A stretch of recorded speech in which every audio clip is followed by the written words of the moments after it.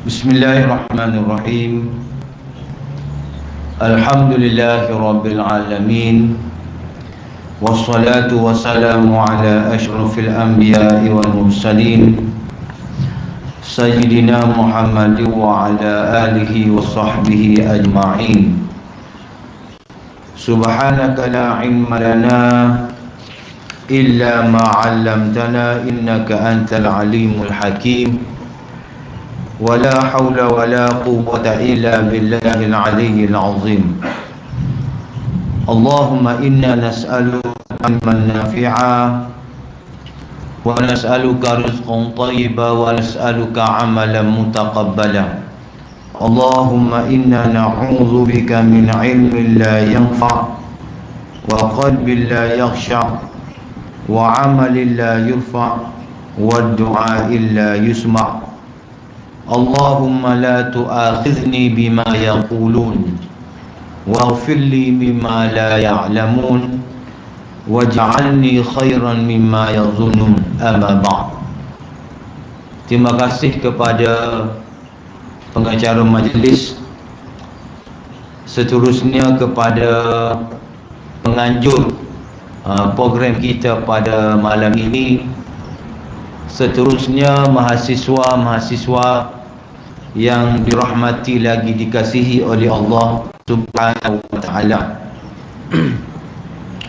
Alhamdulillah, syukur kepada Allah Subhanahu wa taala kita dapat bersama-sama di dalam majlis ilmu yang mana insya-Allah kita sama-sama doakan mudah-mudahan majlis ilmu kita ini diberkati dan juga dirahmati oleh Allah Subhanahu wa taala.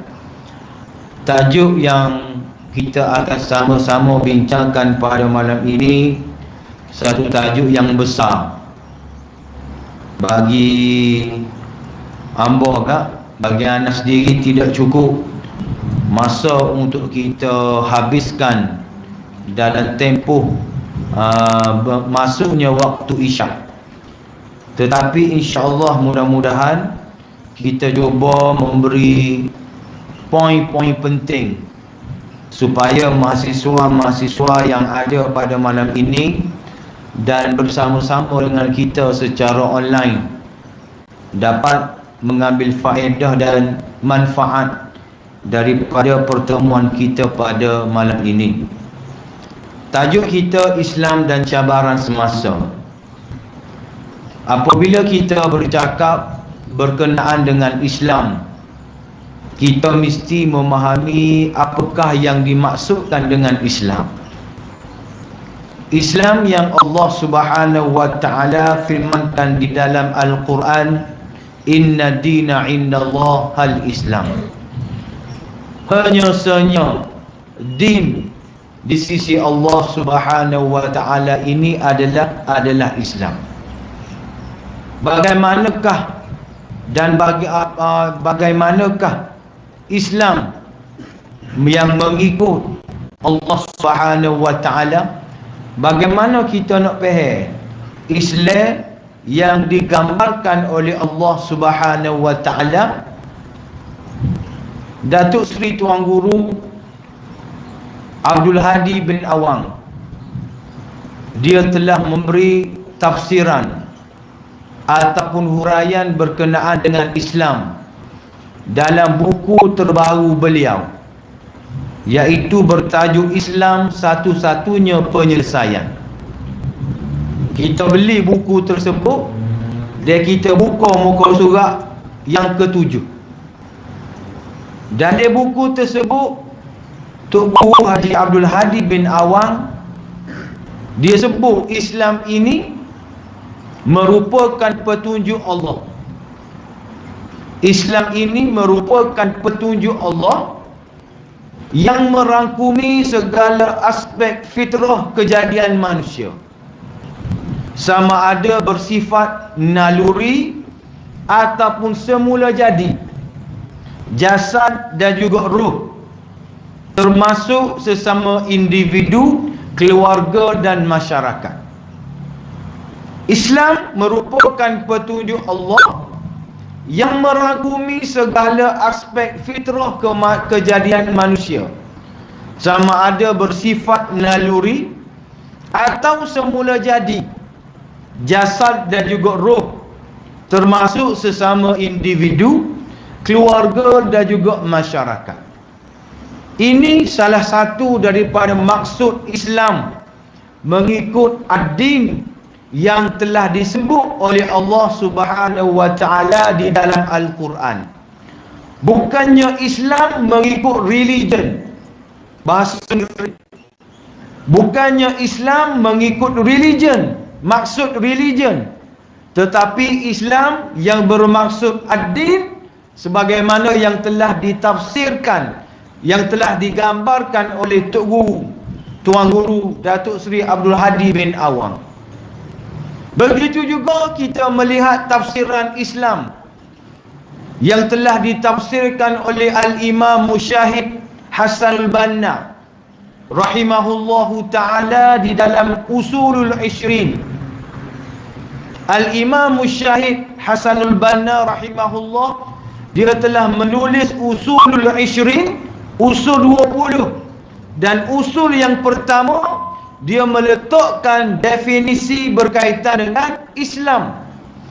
Al-Islamu nizamun syamilun yatanawalu mazahirul hayati jami'an, fahuwa daulatun wa watanun au hukumatun wa ummatun wa huwa khuluqun wa quwwatun au rahmatun wa adalatun wa huwa thaqafatun wa qanun au ilmun wa qada' wa huwa maddatun wa qurunah au kasabun wa ghaniyun wa huwa jihadun wa da'watun au jaisyun wa fikratun kama huwa aqidatun sadiqatun wa ibadatun sahihah sawa'un bisawa'. Panjang tafsiran ataupun gambaran berkaitan dengan Islam. Maknanya Islam ini adalah nizam, sistem hidup syamilun yang merangkumi segala aspek kehidupan sebagaimana yang telah disebut oleh Datuk Seri Tuan Guru tadi, iaitu nizamun syamilun, sama ada fitrah kejadian manusia, sama ada bersifat naluri ataupun semula jadi, jasad dan juga roh, termasuk sesama individu, keluarga dan juga masyarakat. Maknanya apabila kita memahami Islam, Islam itu adalah sistem kehidupan manusia. Sistem kehidupan manusia, apa saja yang kita buat tidak lari daripada ketetapan yang telah ditetapkan oleh agama kita. Ini makna Islam mengikut ad-din yang telah disebut oleh Allah Subhanahu wa taala di dalam Al-Quran. Mahasiswa-mahasiswi yang dirahmati Allah Subhanahu wa taala, apabila kita memahami pengertian berkaitan dengan Islam, maka tidak dapat tidak Islam ini dia akan adanya cabaran-cabaran, akan adanya mihnah-mihnah dan tribulasi yang akan mengganggu perjalanan Islam. Itu sudah menjadi lumrah dunia. Apabila Allah Ta'ala menjadikan Islam, maka akan ada di sana cabaran-cabaran dan musuh-musuh menanti dan merancang bagaimana untuk melemahkan Islam ataupun lebih kasar lagi menghancurkan Islam. Maka apabila kita membaca buku-buku ataupun kitab-kitab yang berkaitan dengan pemikiran Islam, ataupun kita membaca buku-buku berkaitan dengan strategi musuh-musuh Islam untuk merosakkan Islam, untuk melemahkan Islam, maka di sana musuh-musuh Allah Ta'ala telah menyebut dan telah menyatakan dengan jelas bagaimana cara dan juga kaedah kita nak merosakkan Islam, kita nak melemahkan Islam. Maka strategi-strategi ini kita panggil sebagai cabaran semasa yang berada di hadapan kita, yang mana mahasiswa dan juga mahasiswi mesti memahami kaedah dan juga cara yang telah disusun oleh barat, oleh musuh-musuh Allah Subhanahu wa taala. Bagaimana? Kalau kita boleh ringkaskan, kalau kita nak cerita kat panjanglah bagaimana jatuhnya khilafah Turki Uthmaniyah dengan cara yang tersusun, dengan cara yang licik, maka apabila jatuhnya khilafah Turki Uthmaniyah, maka kita lihat bagaimana Islam itu menghadapi cabaran yang begitu besar. Apakah cabaran yang dihadapi oleh Islam bermula daripada dulu sampai sekarang?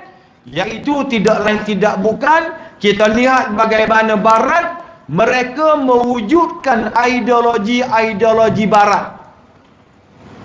Mereka mewujudkan aliran-aliran pemikiran barat supaya orang-orang Islam dapat menganut ataupun dapat memegang ataupun menganuti ideologi-ideologi barat yang mereka ciptakan.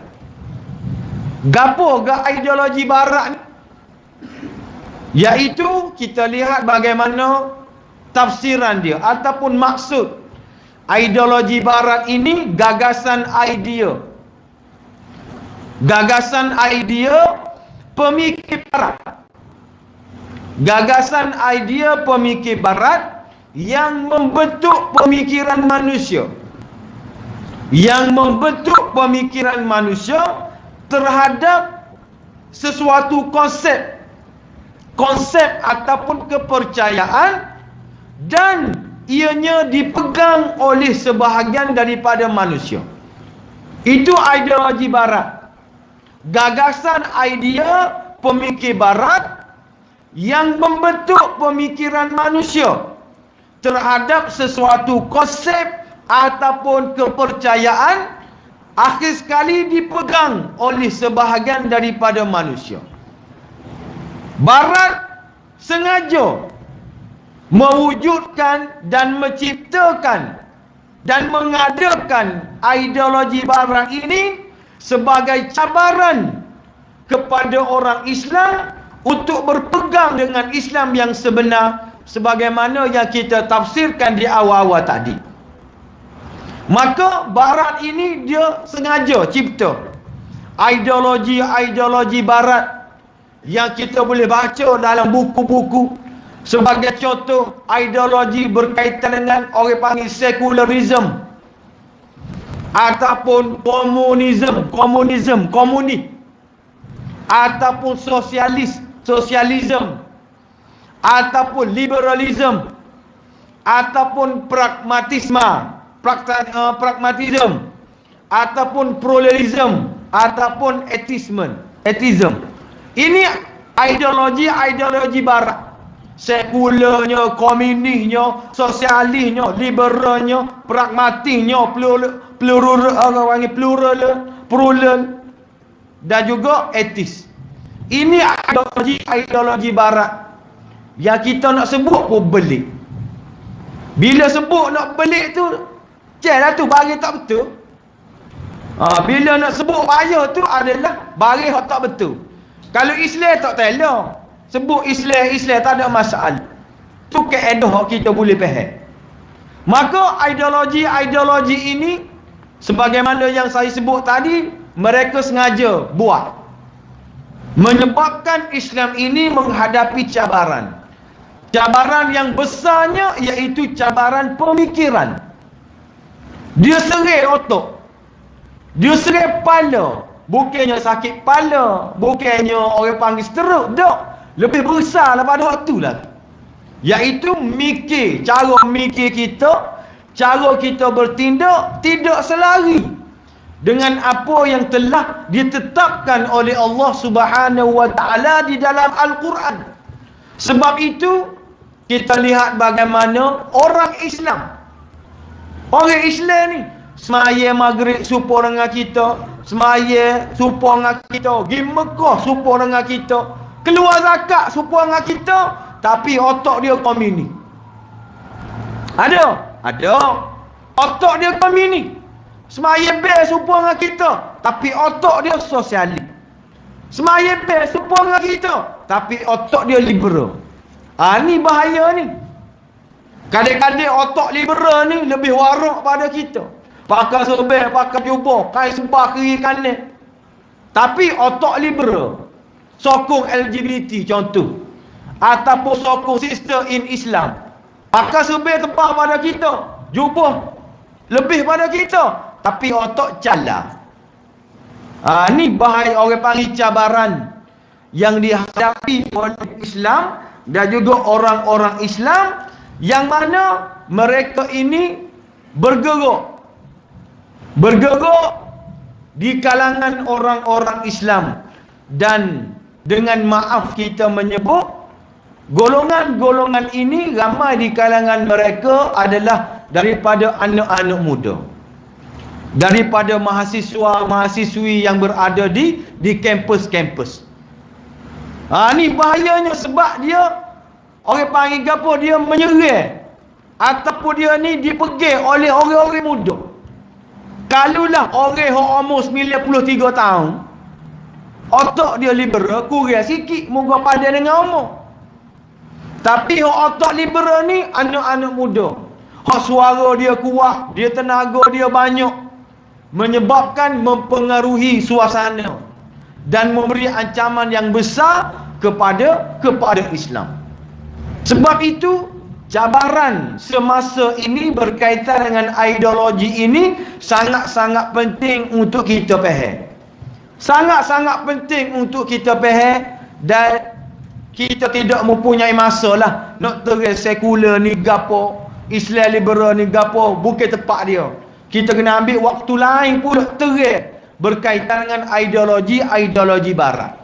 Semua sebagai lontaran, sebagai maklumat kepada sahabat-sahabat semua, ideologi ini sebagaimana yang saya sebut tadi, mereka sengaja ciptakan, mereka sengaja wujudkan untuk mengelirukan orang-orang Islam, supaya orang Islam ni meninggalkan ajaran Islam yang sebenar.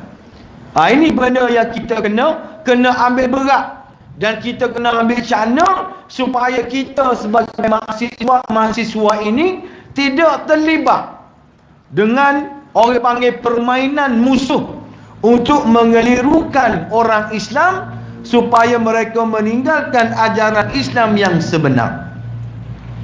Itu cabaran semasa yang kita boleh lihat berada, ataupun orang panggil beradalah di kalangan kita, di khalayak kita. Maka kita kena mengambil berat tentang perkara-perkara tersebut.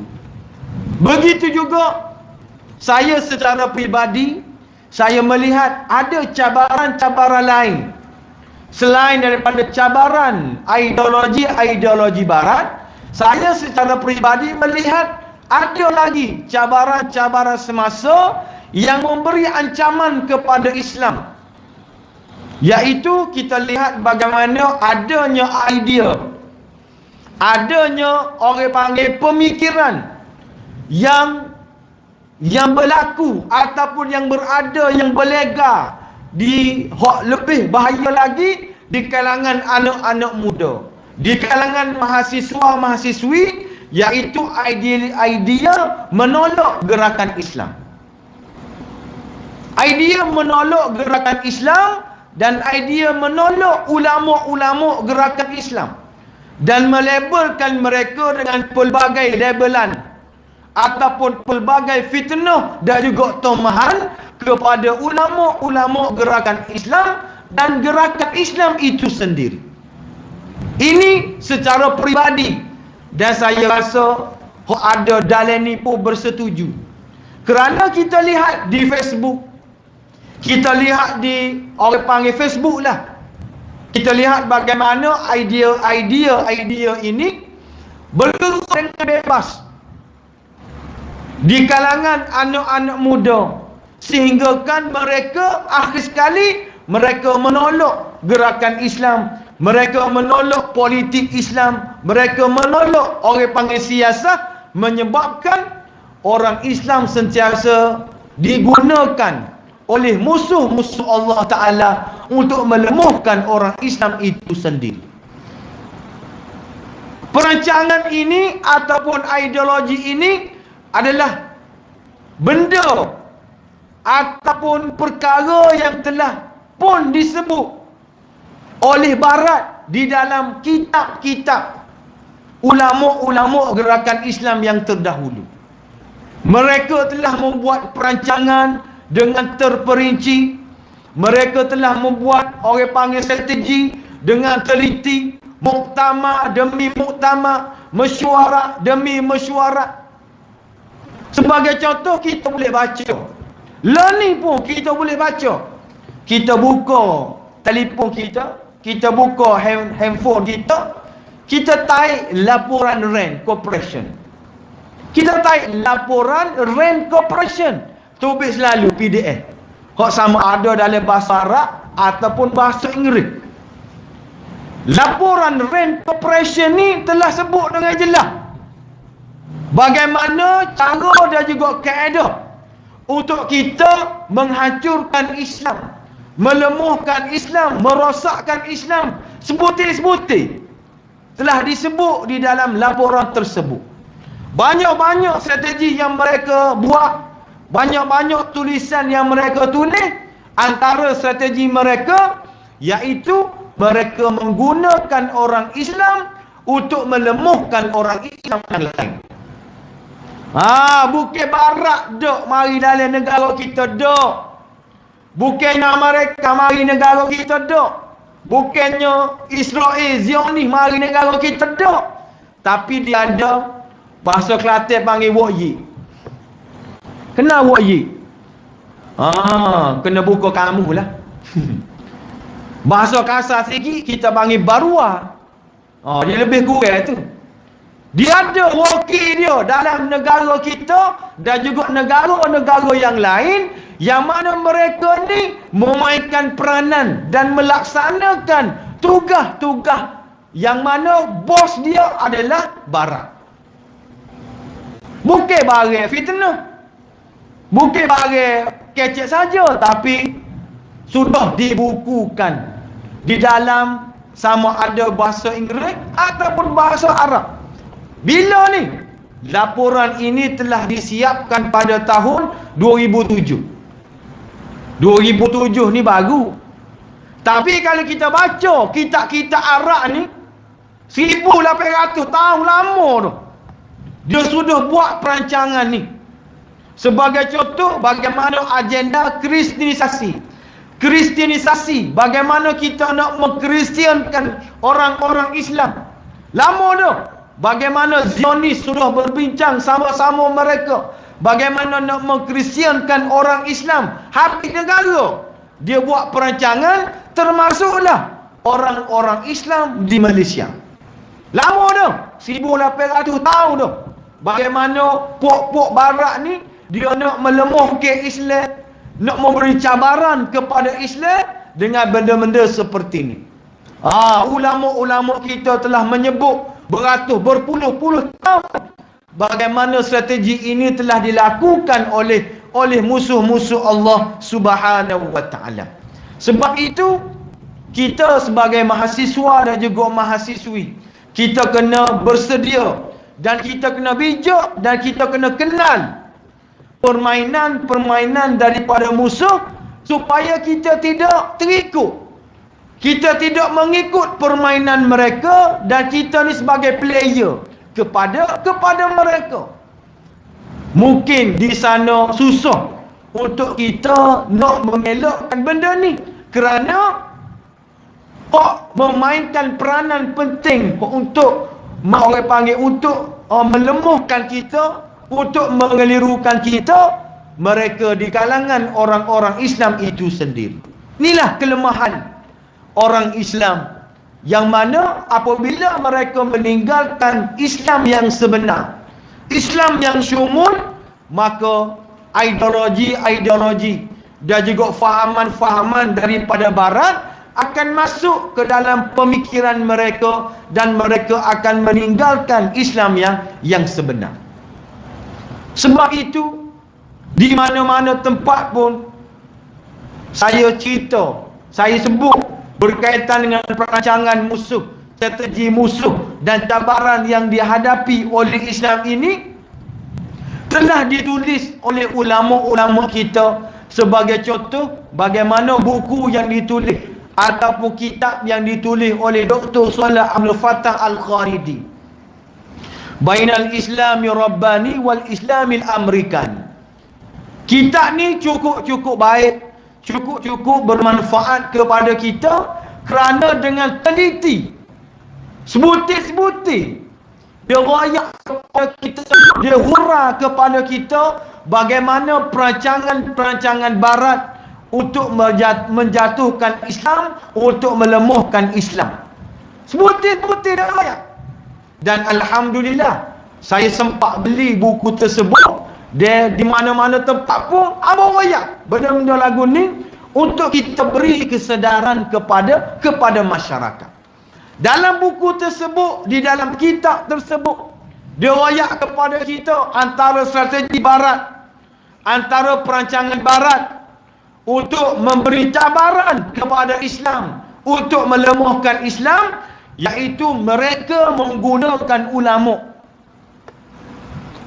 mereka menggunakan ustaz, mereka menggunakan orang-orang agama untuk memberi racun kepada orang-orang Islam itu sendiri. Dia sebut di dalam kitab ini, dia kata tasqiful ulama'i bil afkaril lati yuriduha al-amerikani, iaitu tasqiful ulama' bil afkar, masuk memberi sakafah kepada ulama-ulama ini bil afkar, dengan pemikiran-pemikiran yuriduha al-amerikani, yang Barat nak. Ulama tapi mikir cara Amerika. Orang panggil ustaz Amerika. Jalan tu. Ulama pakai sebel, pakai piyah merah, pakai jubah, tapi kecek sebagaimana hak Barat nak. Kecek sebagaimana hak orang kafir nak. Ulama ni sebab apa? Kerana ulama-ulama ni orang dengan belakang. Dia tak cari orang yang tepi jalan, hak pakai luar pendek, hak tak pakai baju, hak rambut tiga mandi. Dia tak cari demo ni, sebab orang tak percaya. Gila dia ni. Tapi dia cari siapa? Dia cari ulama. Kerana ulama-ulama ni, bila dia royak sesuatu, orang akan dengar. Tetapi malangnya ulama ini, mereka telah didaurahkan oleh Barat. Mereka telah ditamrinkan oleh Barat. Mereka telah di brainwashkan oleh ulama, oleh Barat. Berapa lama? Bukan sehari, bukan 2 hari, tetapi 6 bulan. Bayangkan 6 bulan tamrin. Tak ada tajuk lain. Hak dia masuk dalam otak ulama ni berapa? Hak Amerika nak, hak Barat nak. Lepas pada ni saya akan sebut. Berapa lama? 6 bulan. 3 bulan di Amerika Syarikat, dan juga 3 bulan di negara mereka masing-masing. Okey. Maka 6 bulan mereka ditamrin. 6 bulan mereka ini orang panggil apa? Ditarbiyah. Dengan tarbiyah Amerika. Bila mereka keluar daripada ruang mereka, apabila mereka keluar daripada zawiyah mereka, mereka ni akan masuk TV, mereka ni akan masuk radio. Maka apa yang mereka kecek, apa yang mereka sampaikan itu yuriduha al-amerikani, iaitu hak Barat nak. Dalam kitab ni ada 25 doktrin ataupun afkar yang Amerika nak. Anak tak sebut sosok lah. Sebut sosok kat buku ni habis ada dalam masjid ni. Tahu buku berapa? Antaranya iaitu wal islamu alladhi la ya'tarifu bil harakati wal ahzabil islamiyah allati tatahaddatsu fi siyasah, iaitu Islam yang tidak mengiktiraf gerakan Islam. Islam ni tidak mengiktiraf orang panggil gerakan Islam, tidak mengiktiraf politik Islam, tidak mengiktiraf ekonomi Islam, tidak mengiktiraf orang panggil perkara-perkara yang selain daripada ibadat. Islam tidak iktiraf. Islam tak cara kepada benda-benda lagu tu. Hak royak ni siapa? Tok Lebah, ustaz, hak pakai piyah merah, hak pakai jubah, hak pakai serbet, tapi otak dia otak Amerika. Ni disebut oleh ulama. Islam ni tak cara kepada politik Islam, tak secara lah kepada politik Islam, tak secara. Hak pentingnya apa? Kita ngaji benda-benda fardu ain. Wajib siang malam pagi petang kita ngaji fardu ain. Hak lain-lain kita tak secara. Siapa nak mereta, siapa nak jadi Perdana Menteri, tak secara lah. Hak pentingnya kita betul fardu ain kita. Kita betul semaya bel kita. Betul dah yang lagu tu? Betul. Kalau tak cara ke fardu ain, masuk neraka belah kau buat kita. Betul tak? Betul. Tetapi yang menjadi masalah, mereka memberatkan ataupun mereka mengabaikan Islam yang lain. Seolah-olah mereka menganggap Islam ni fardu ain semata-mata. Sedangkan Islam ni banyak benda hak kena buat. Sebagaimana yang disebut oleh Al-Imam Syahid Hasanul Banna, Al-Islamu nizamun syamilun yatanawalu mazahirul hayah. Tu maksud Islam yang sebenar. Tetapi mereka mengabaikan aspek-aspek yang lain yang ada di dalam Islam.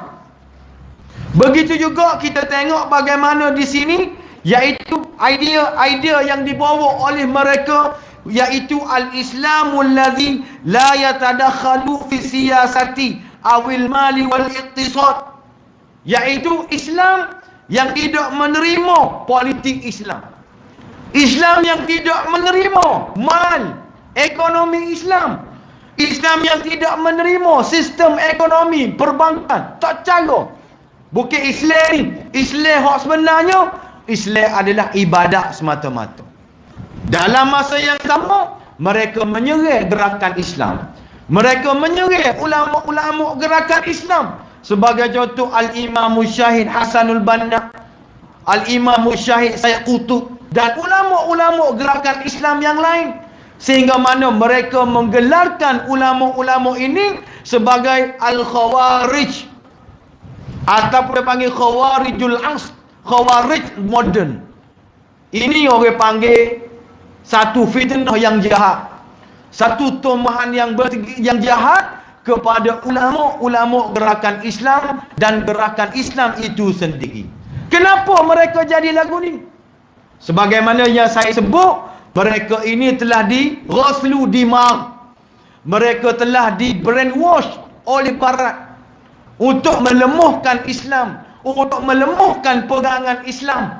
Dan akhir sekali bila ada orang Islam berpegang dengan ideologi ataupun idea seperti ini, akhir sekali Islam akan lemah, Islam akan runtuh. Bila Islam ni lemah, bila Islam ni runtuh, akhir sekali mereka berjaya menguasai orang-orang Islam. Maka akhir sekali, bagaimana jalan penyelesaian kita nak menghadapi Islam dan juga cabaran Islam ini, cabaran semasa ni bagaimana cara dan juga kaedah dia? Tidak lain tidak bukan mahasiswa-mahasiswa yang dirahmati Allah kena kembali kepada berpegang kepada ilmu. Kita berada di Kiyah ni dengan pensyarah-pensyarah yang hebat, dengan pelbagai ilmu yang kita belajar, maka kita belajarlah sungguh-sungguh. Kalau ada tempat ngaji hak luar-luar, kita pergi tambah hak luar-luar pula. Hak pentingnya kita cari ilmu. Tetapi ilmu hak kita cari, saya nak pesan, carilah ilmu yang seimbang. Cari ilmu yang seimbang. Kalau kita belajar fardu ain, kita belajar ilmu-ilmu fardu ain, maka kita jangan tinggal berkaitan dengan ilmu-ilmu yang berkaitan dengan gerakan Islam, politik Islam dan juga orang panggil dalam bahasa mudah siasah syar'iyah. Belajarlah, nak belajar fardu ain, bagus, memang menjadi kewajipan kita. Tetapi jangan lupa untuk belajar ilmu-ilmu siasat syar'iyah. Hak ilmu fardu ain kita belajar fiqh, orang panggil apa? Fiqh taharah. Lepas tu fiqh siam, fiqh haj, fiqh zakah. Tak ada belajar waktu saja. Dia ada lagi fiqh-fiqh yang lain. Kalau kita baca kitab siasat syar'iyah karangan Dr. Yusuf Al-Qadawi hafizahullah, ada 7 fiqh kita kena belajar. Fiqhul awlawiyat, fiqhul maqi', lepas tu fiqhul muwazanat, fiqhul orang panggil tahawulat, fiqhul macam-macam lagi. Maka kita sebagai mahasiswa, kita kena seimbangkan ilmu kita. Kalau kita bawa motor, kita bawa ibarat bawa motor, kita minat moga kita ni tangan kanan kita gagah dengan tangan kanan, bawa motor duk beratkan dia semua. Rasa tak lama, innalillah. Begitulah kita dalam hidup, kita kena seimbang. Sebab Islam ni syamilun yatanawalu mazahirul hayah. Belajar ilmu fardu ain, dalam masa yang sama kita belajar ilmu-ilmu siasat syar'iyah, barulah kita menjadi mahasiswa yang bijak, mahasiswa yang tidak boleh ditipu oleh barat, tidak boleh ditipu oleh musuh-musuh Allah Ta'ala. Sebab itu persiapan yang kena ada, yang pertama iaitu al-i'dadul fikri. Mahasiswa ni kena ada al-i'dadul fikri, iaitu as-saqafatu al-islamiyah. Kita kena ada ilmu selain daripada Al-Quran, Al-Quranul Karim, sunnah nabawiyah, fiqh, akidah, tasawuf, apa lagi ilmu-ilmu tu kita kena seimbangkan ilmu-ilmu yang lain sebagaimana yang saya sebut tadi, iaitu sebagai contoh fiqhul waqi', fiqhul muwazanah, fiqh aulawiyat. Ni dalam ilmu siasat syar'iyah. Jangan tinggal kerana ianya memberi bekalan yang sangat penting kepada kita untuk kita menghadapi cabaran-cabaran Islam yang akan mendatang. Saya ni umur tak banyak dah, hak depan saya ni muda-muda lagi, maka cabaran Islam ni akan besar lagi, akan banyak lagi depan kita. Maka cari ilmu sebanyak mungkin untuk kita jadikan sebagai seorang mahasiswa yang bijak, yang orang panggil yang mempunyai saqafah yang tinggi. Yang kedua, al-i'dadun nafsi, iaitu kita kena ada persiapan daripada sudut rohani. Zikrullah wa ta'alluqu bi kitabillah. Kita rapat dengan Allah Ta'ala, kita bangun malam, kita qiyamul lail, kita puasa sunat.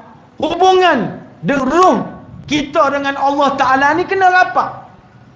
Jangan kita kuat bekerja tetapi kita tinggal hubungan kita dengan Allah Ta'ala. Jangan, kita kena rapat dengan Allah Ta'ala. Yang ketiga, al-i'dadul haraki, iaitu persiapan yang ketiga, al-i'dadul haraki, iaitu persiapan daripada sudut harakah. Harakah ni maksud dia apa? Midanul amali al-islami, iaitu sebagai contoh, kalulah PM Kias menganjurkan program-program yang di luar daripada kampus kita kena hadir. Sebagai contoh, anak akak kau mengapa tak kira lah, hak yang mana luar daripada kampus, luar daripada bilik kita, buat program situ, buat program sini, kita kena hadir. Kerana itu sebahagian daripada persiapan kita untuk menjadi mahasiswa yang bijak, mahasiswa yang bersaqafah. Dalam masa yang sama, kita jangan tinggal. Orang panggil benda-benda lagu ni kerana apa? Kerana ada di kalangan kita yang menganggap bahawasanya terlibat dengan program-program yang dianjurkan oleh persatuan-persatuan ini adalah merugikan. Tak betul. Buang masa. Hak saya naknya saya ngaji qiyah ni, saya nak ngaji kitab ya. Saya nak baca buku ya. Program-program ni saya tak sih. Tak betul lah, tak boleh. Sebab nak jadi mahasiswa yang bijak, dia kena ada keterlibatan dengan persatuan, kena ada keterlibatan dengan program-program yang dianjurkan oleh persatuan, ataupun kalau sini kat PM Kiah lah, dia kena terlibat. hatta di bukit mana, kok celah mana, gunung pun kita kena terlibat, kerana itu adalah menjadi i'dad, menjadi persiapan untuk kita menjadi mahasiswa yang bijak, supaya kita dapat menghadapi Islam dan menghadapi cabaran Islam yang berada di hadapan kita. Akhir sekali, saya nak tutup dengan kata-kata daripada Hujjatul Islam Al-Imamul Ghazali rahimahullah. Disebut dalam kitab dia Ihya Ulumuddin, jilid yang ke-11, muka surat 191. Boleh buka lah. Imam Ghazali sebutkan dia kata fa fasadul ru'aya bi fasadil muluki, wa fasadul muluki bi fasadil ulama'i, wa fasadul ulama'i bi istilai hubbil mali wal jah. Kena terjemah apa? Moga ngaji Arab belaka ni. Hidup kepek pun. Fa fasadur ri'aya ataupun ar-ra'aya bi fasadil muluk. Rosaknya rakyat kerana rosaknya raja-raja ataupun pemimpin-pemimpin ataupun kerajaan. Wa fasadul muluki, dia rosaknya raja-raja, rosaknya pemimpin, rosaknya negara, bi fasadil ulama, kerana rosaknya ulama. Wa fasadul ulama, dia rosaknya ulama ni sebab apa? Bistilai hubbil mali wal jah, kerana sibuk, kerana gila mencari hub. Orang panggil apa? Mencari dunia, mencari pangkat, mencari kesenangan daripada ilmu yang ada kepada dia. Sepatutnya ulama ni lah yang menasihati orang-orang awam, menasihati raja-raja kerajaan supaya tidak melakukan kezaliman. Tetapi yang menjadi masalah, ulama-ulama ini mengelirukan orang Islam, memberi fatwa-fatwa yang mengarut, memberi pandangan-pandangan yang mengarut, menyebabkan orang awam ini menjadi keliru, menjadi bengong. Sebagai contoh, mufti dalam sebuah negara, mana sebutlah negara mana, dia berpandangan bahawasanya kerajaan Turki menukar Hagia Sophia ni, gereja menjadi masjid ni, dia keluar fatwa la yajuzu syar'an. Tidak harus ni gak, kalau kita ngaji fiqh gak gapo maksud la yajuz ni? Haram. Ni tok peti pasir berdengung ni. Bengong orang bawa. Tok peti ni. Dia kata haram. Haram tu ikut kepala otak dia. Sebab apa? Sebab mereka ini telah ditamrin. Mufti ini, dia juga pokok dia sudah ditamrin dan sudah diruakkan oleh Amerika Syarikat, oleh Barat. Akhir sekali, gapo-gapo hak Islam buat tak betul belaka. Hak pelik tu, hak Barat buat betul. Ni pelik ni. Hak Amerika buat dia sokong, hak Zioni buat dia sokong. Tapi kalau Islam buat, la yajuzu syar'an, bla bla bla bla. Inilah masalah Islam dan juga cabaran semasa yang kita kena tahu. Maka tidak dapat tidak, kita kena tambah ilmu, kita kena baca banyak buku, kena baca banyak kitab, supaya kita dapat memahami strategi-strategi daripada Barat ini dan juga cabaran-cabaran daripada Barat, supaya kita dapat berpegang kepada Islam yang sebenar, Islam yang dimaksudkan oleh Allah Ta'ala sebagai ad-din. Saya cukup bimbang kalau kita sebagai mahasiswa ni, kita tak carut ke benda-benda lagu ni, maka dia akan masuk dalam pemikiran kita dan kita anuti pemikiran tersebut. Akhir sekali kita kecek senada dengan hak Barat ni, kita kecek selari seperti hak Barat ni. maka berjayalah barat, berjayalah musuh-musuh Allah Ta'ala, kerana dia telah berjaya menggunakan orang-orang Islam untuk mengelirukan orang Islam yang lain. Saya rasa cukup setakat tu dulu, dan minta maaf kepada penganjur kerana mengambil masa sedikit pada malam ni. Mudah-mudahan pertemuan kita ini diberkati dan juga dirahmati oleh Allah Subhanahu wa taala. Aqulu qali hadza wa sallallahu li wa lakum. Wassalamu alaikum warahmatullahi wabarakatuh. A'udzu billahi minasyaitonir rajim. Bismillahirrahmanirrahim. Alhamdulillahirabbil alamin wassalatu wassalamu ala asyrafil anbiya'i wal mursalin sayyidina Muhammad wa ala alihi wa sahbihi ajma'in. Rabbana atina fid dunya hasanah wa fil akhirati hasanatan wa qina adzaban nar. Wa sallallahu ala sayyidina Muhammad wa ala alihi wa sahbihi wa baraka wa sallam. Wa akhiru da'wana anil hamdulillahi rabbil alamin. Waalaikumsalam warahmatullahi taala wabarakatuh. Jazakumullah khairan jazak kepada Al-Fadhil Ustaz Nami Wazir atas penyampaian yang sangat bermakna kepada kita dan sangat dengan nada yang bersemangat betul. Jadi insyaAllah mudah-mudahan kita sebagai mahasiswa ni, orang kata kita lah yang jadi bagian pengamu kepada cabaran-cabaran yang masuk kepada masyarakat kita. Jadi kita yang mengajar agama ni, kamu berbahagia agama, ikutlah bagi kepada ekonomi dan sebagainya. Semua perkara itu adalah perkara yang penting lah.